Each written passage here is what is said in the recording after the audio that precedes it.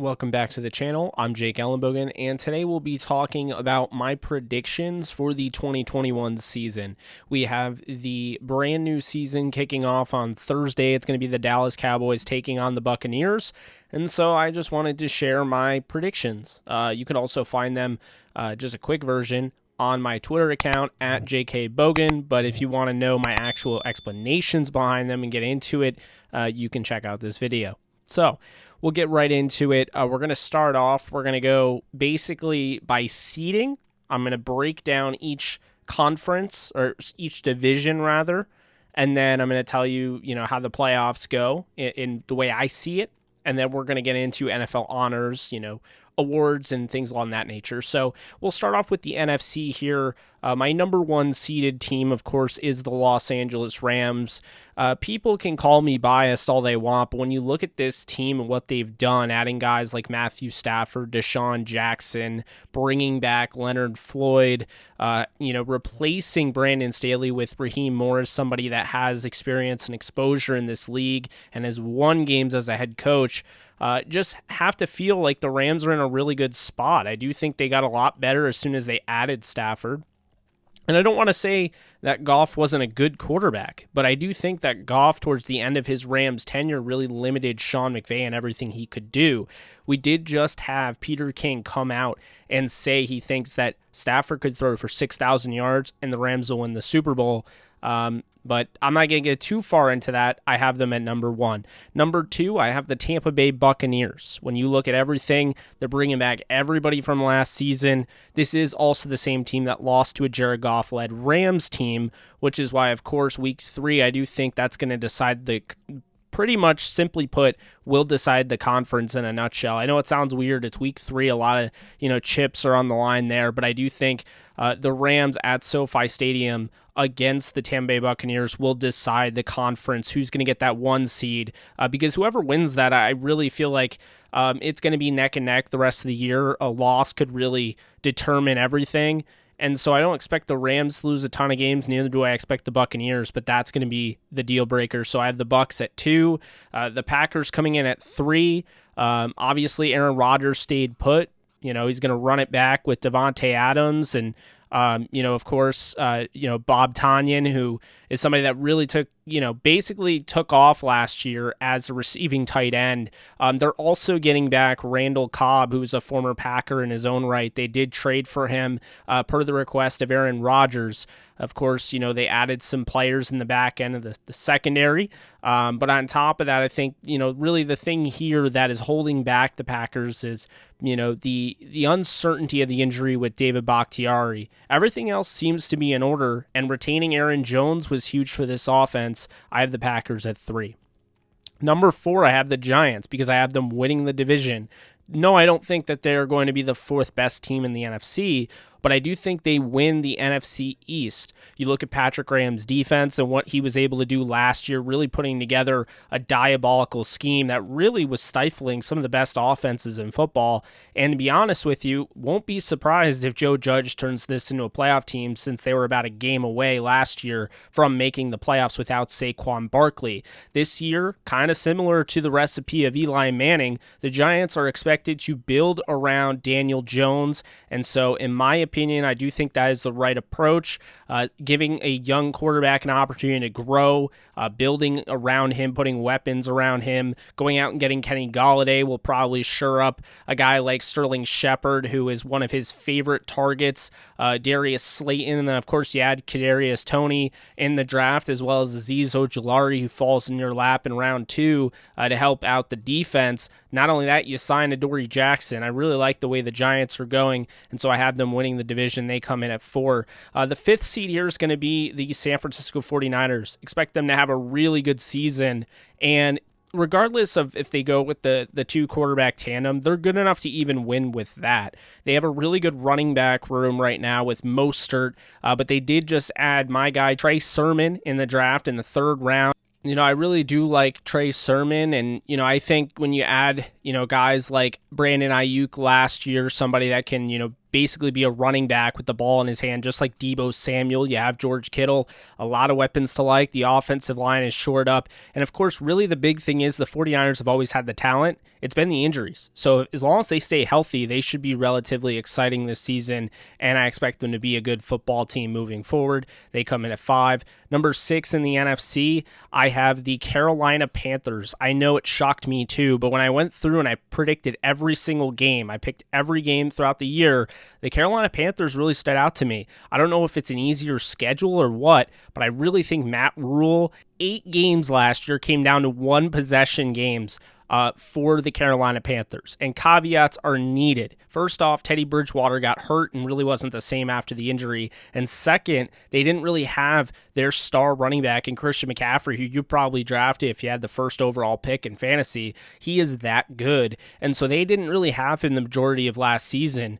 Don't give them the, credit of, oh, well, Mike Davis came in and helped them out. They still could have used McCaffrey. They had 2,000-yard receivers last year. They added Terrace Marshall in the second round of the draft. They added J.C. Horn, who's going to shore up that secondary. You go out, you get Hassan Reddick, who's one of the better pass rushers in football and has experience playing with Matt Rule from his time at Temple. And you have one of the rising stars at the edge rusher position in Brian Burns, so he's also emerging there. I just really like what Carolina did going out and getting Sam Darnold. I think things will be better for Darnold this time around, plus he's not around Adam Gase. I love Joe Brady and the fact that Joe Brady gets to reunite with Terrace Marshall. I think Joe Brady is going to have a scheme that works for Darnold, and so I think Carolina ends up winning a bunch of games and surprising people, falling in at the 6th seed. And then number 7 here, the Arizona Cardinals. Now, it's a little tough to narrow this down. You have Washington, obviously, right in the hunt. You have, the Dallas Cowboys. You have the Seattle Seahawks. And then mainly the team that really came in 8th place right before was the New Orleans Saints, that I do believe will be a competitive roster, especially led by Jameis Winston, who I think is going to have a good season. But when you look at the Arizona Cardinals, you look at everybody that they added, going out and getting A.J. Green, the hope is that he's going to have his resurgent, season. Of course, there's a lot there. Rondale Moore is a rookie. I like him a lot. We'll see how big of a role he has. And of course, you have, Christian Kirk still there, DeAndre Hopkins, who's one of the best receivers in football. And then the running back room's a little different with Kenyon Drake gone. They went out and they added James Conner to that room. Of course, Chase Edmonds is expected to be the majority of the carry holder there, but Kyler Murray, I expect to ascend in another season for him. And then you look at the defense, adding J.J. Watt, I think kind of changed, kind of their focus on that defense. There's a lot to work with here. In Arizona, they could miss the playoffs here, but I'm going to roll with Arizona here. Cliff Kingsbury gets in the postseason. We move on to the AFC. And the AFC here, the number 1 seed is going to be the Chiefs. I know that's pretty much the unanimous one, not really fun. But the Kansas City Chiefs, what can you say about them? They added a brand new, really new improved offensive line that's going to help Patrick Mahomes, headlined by the Creed Humphrey signing and the trade for Orlando Brown. Not only that, they added Austin Blythe for depth. I mean, he's not even going to start from how it looks. So very interesting here. And then, of course, Trey Smith as well, the 6th round pick that they like a lot. Sounds like he's going to be a starter. So the Chiefs have really added some depth and some help on the offensive line, which was the really big crutch in the Super Bowl for Patrick Mahomes. You have Clyde Edwards-Helaire going into another season in which, well, really he could have had 1,000 yards last year, only played 13 games, got hurt, and they signed Le'Veon Bell. So you'll see Clyde Edwards-Helaire back in action in year 2, and I think he's going to be very explosive, not only as a runner, but as a receiver. Of course, you have the dynamic tandem between Tyreek Hill and Travis Kelce, which is like pick your poison essentially, and they're expecting a big leap from Mecole Hardman. So, I think the Chiefs here, the defense could be a little bit better. I'm not the biggest fan of Daniel Sorensen playing in the secondary. I feel like you could find other guys. I don't love the Chiefs defense overall, but I do see what they're doing there. So that'll be interesting, especially with Chris Jones kind of slimming down. He's going to play more of an edge spot, so to speak. So I think it's going to be the same deal. They can score as many points as anyone, and so I think that's really what's going to keep them in games. They come in at 1. Number 2 here are the Pittsburgh Steelers. A little bit of a shock for some, but if you guys have been following me, I've been a big fan of what the Steelers have done. Kevin Colbert has done a really nice job as the GM, going out and, just now getting Akello Witherspoon, signing Melvin Ingram, not being afraid to make a trade, whether it is the fact that, look, they lost Devin Bush last year. He's coming back from injury. That's going to be huge for them. But Vince Williams actually retired, and Robert Spillane took over.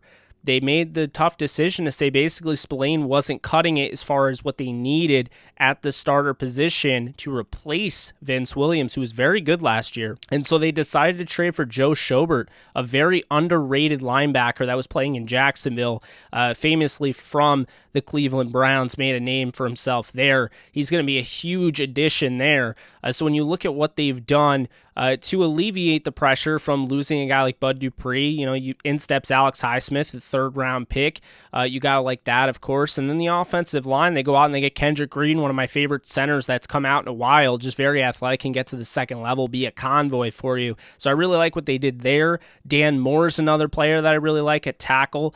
So they've added some pieces there. Of course, they added Pat Freiermuth in the second round out of Penn State. Very fun player. I think he's going to have a serious impact this year. I think he's already leaped over Eric Ebron in terms of, offensive mentality. But, when you're looking at the offense, the biggest thing here is that Big Ben is no longer going to have Randy Fakner holding him back in that offense. It's going to be a brand new offense with Matt Canada, and he's going to be reunited with Anthony McFarland. But, of course, the biggest thing here is Najee Harris, who came over to the Steelers in the first round. He is the best running back from this draft class, and he is a phenomenal talent. I expect him to have Todd Gurley level stats and production this season. I think he's going to get easily over 300 touches. He's my RB2 in fantasy. I am very high on him, and so that's why I do think the Steelers, the team that was 11-0 last year, everyone says they play an easy schedule, but forgets to mention the fact that Bush went down with an injury. They lost Bud Dupree, and they had a historically horrible run game. This year, I don't expect that to happen, and the Steelers are going to be turning some heads here this year, I think. Moving on to 3 is the Buffalo Bills. Obviously, this team was in the final step. AFC title game, couldn't hold up to the pressure. Mahomes had been there, done that. They won. But really, the Bills can be back there. They can get back there. They are a good roster, and they actually loaded up by going out and getting Gregory Rousseau. I think he really helped the defense in that regard, and he's going to be a long-term asset. Definitely a huge addition there for the Bills.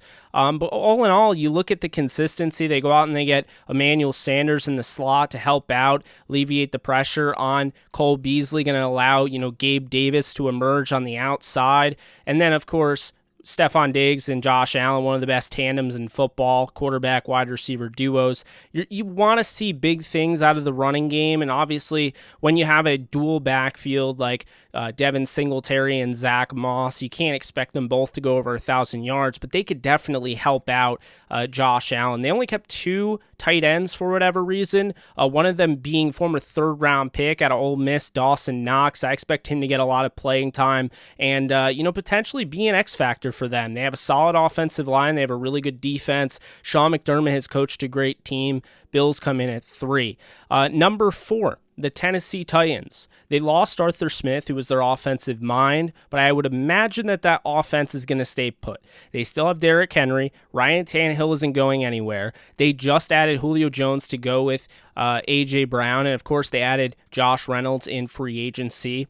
They didn't bring back Jonnu Smith, which was a little bit of a shock, but Anthony Firkser is somebody that has shown he's proven his worth in the red zone, and he's proven his reliability, and he's shown he can make things happen. Their offensive line is pretty good, headlined by, of course, Taylor Lewan and Roger Saffold, 2 veterans there. And you look at their defense, they went out and they spent, a big-ticket item. They went out and they got Bud Dupree.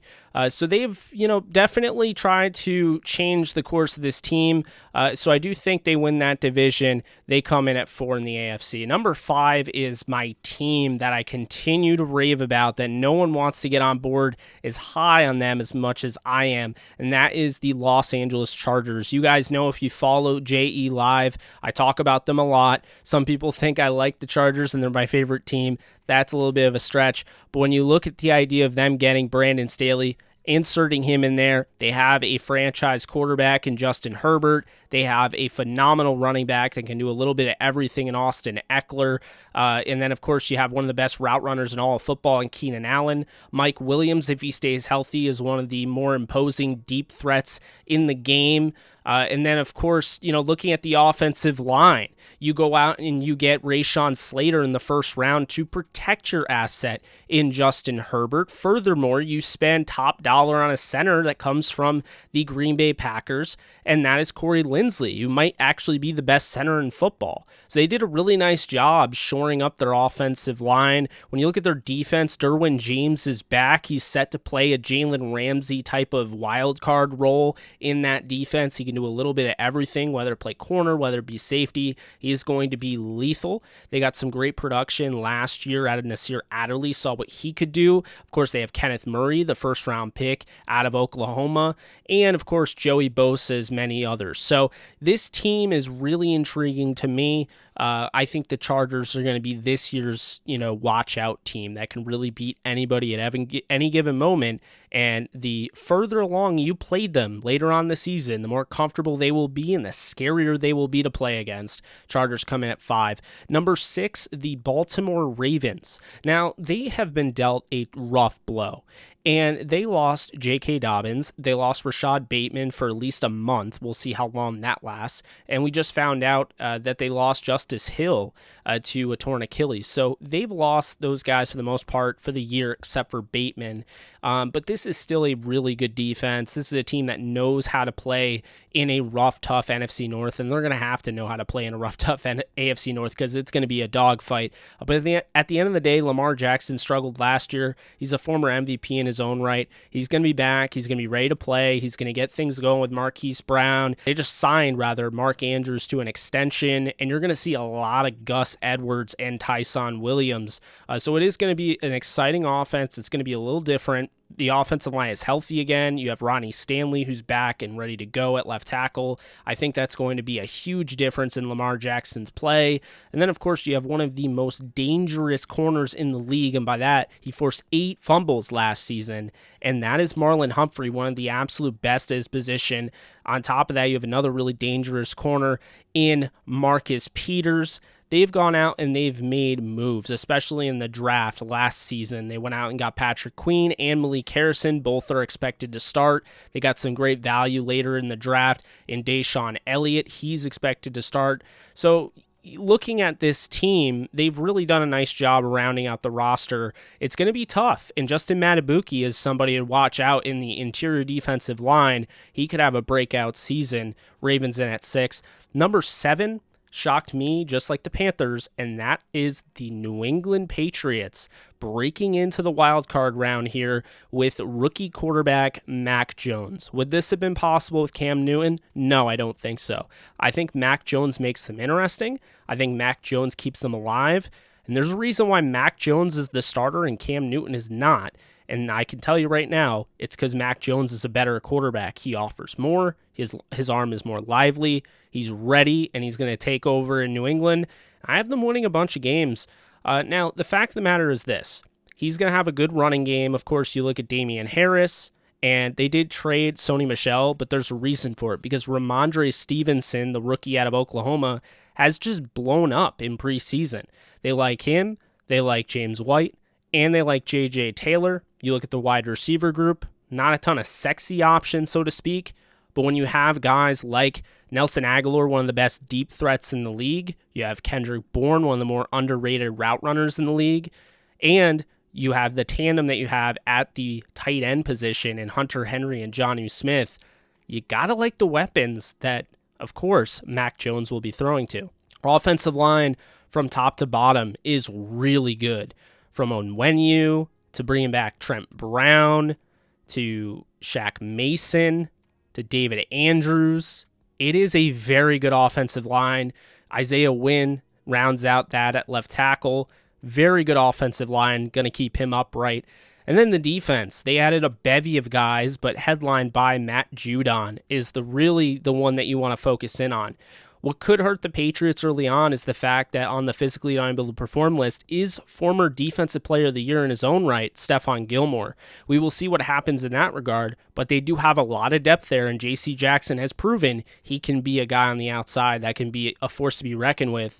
I do think the Patriots are going to be a good team this year, and I think they're going to be a tough team to play against because I think Mac Jones is going to take what the defense gives him. He's got a bevy of weapons, and I think he's got weapons that are variants for pretty much any sort of situation he needs. He has a James White he can dump it off to. He has the deep threats. He has the security blankets. Bill Belichick and company have really done a nice job to cater to Mac Jones' strengths and his weaknesses coming into this season. So that is the playoff seeding. We're going to go through real quick. We're going to just get into the divisions. I'll tell you my win-loss projections.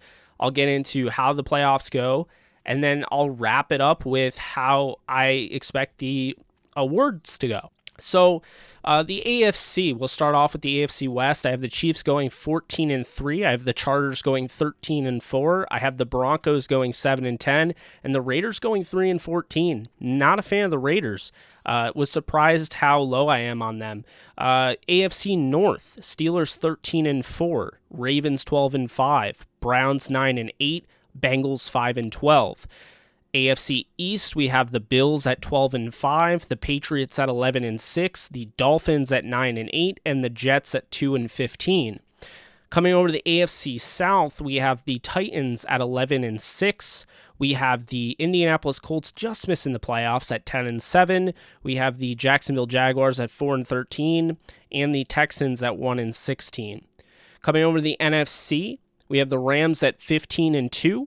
The 49ers at 12-5, the Cardinals at 9-8, the Seahawks at 7-10. NFC North, we have the Packers at 13-4, the Lions at 6-11, the Bears at 6-11, and the Vikings at 5-12. NFC South, we have the Buccaneers at 13-4, the Panthers at 11-6. We have the Saints at 8-9, the Falcons at 4-13, and to wrap that up, we have the NFC East. The Giants win the division at 10-7.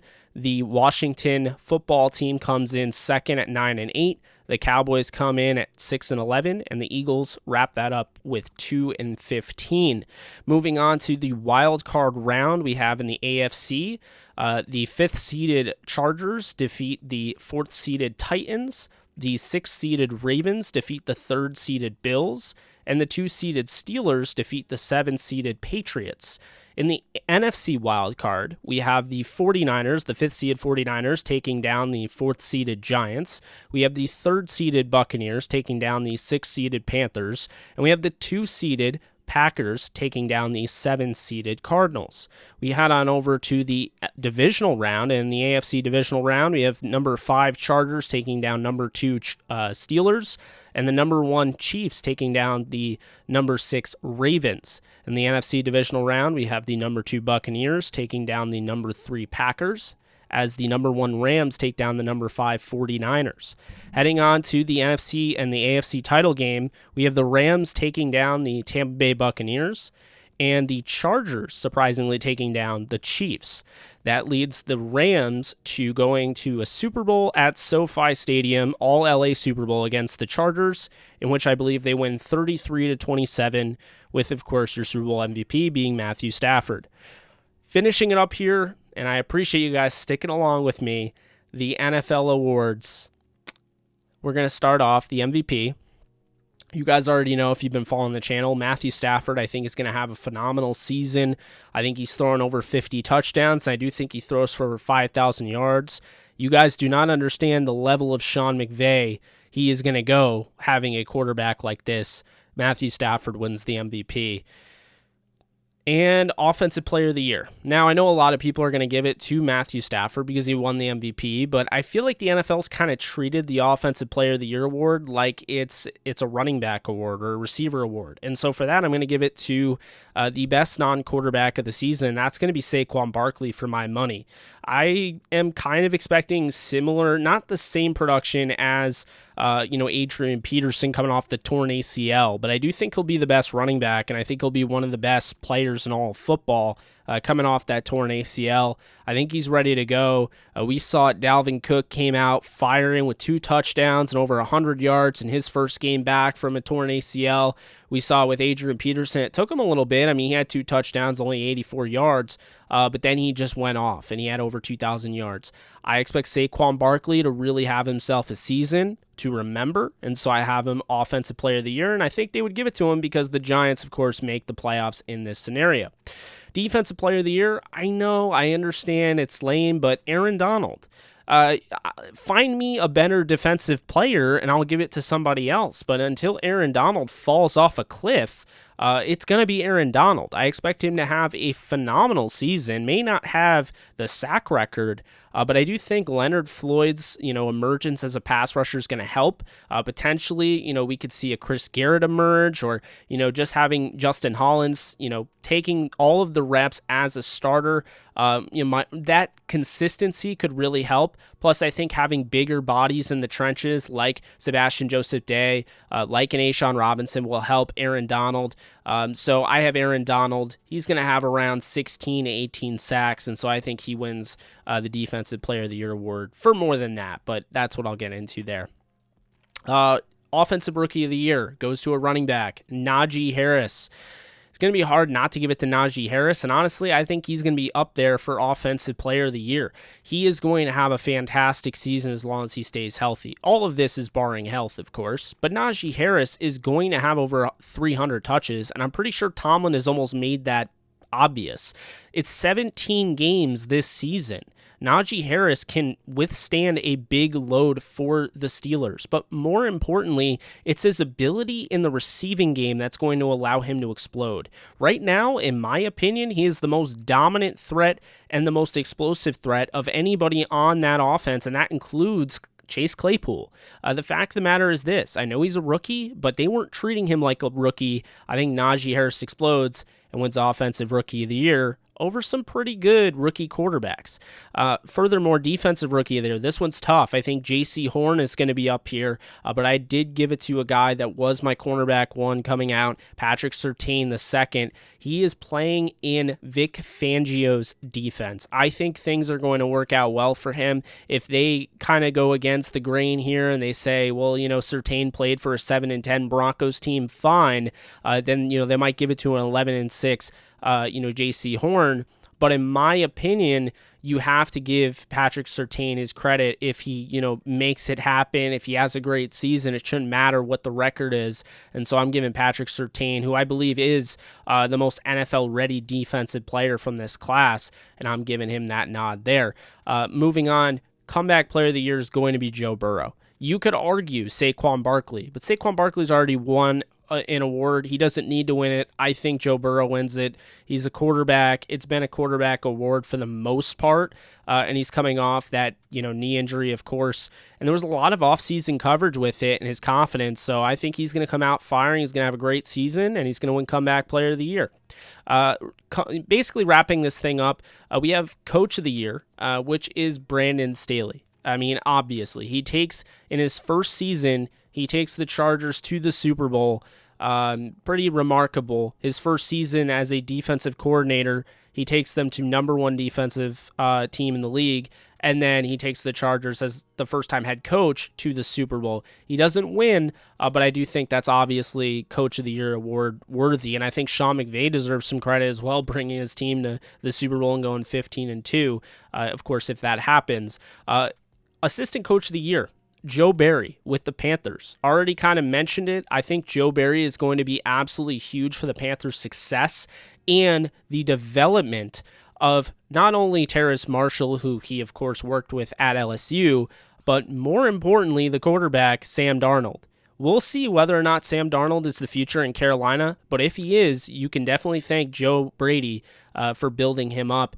And then lastly here, wrapping up the awards, is Executive of the Year. I don't even know if they still give this out, but it would go to Kevin Colbert. I thought he did an incredible job going out, not being afraid to make those moves. Obviously, Les Snead is definitely a dark horse candidate here, but I think he's kind of the obvious one with the Stafford trade, and obviously him, winning the MVP and winning the Super Bowl. Like, that would be an obvious one. So I'm going to give it to Colbert. Basically following it up, a lot of people thought the Steelers were going to be bad, and in this scenario, they're not. They get the number 2 seed, and I just think, to me, Colbert makes the most sense. So that is a lot. I understand. Digest that at your own pace. Feel free to rewatch this if you can. Feel free to come back to this. If I'm wrong, drop a comment. Let me know. Tag me in it. I want to know. We can keep track of this.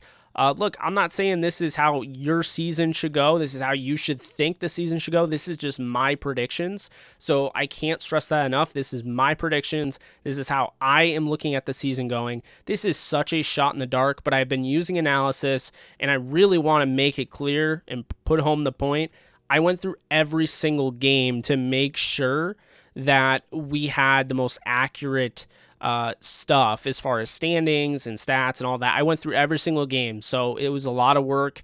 I'm glad I was able to get this out before the game played on Thursday, and we'll see. But until next time, I'm Jake Ellenbogen. You guys take care, and I will talk to you guys soon. Later.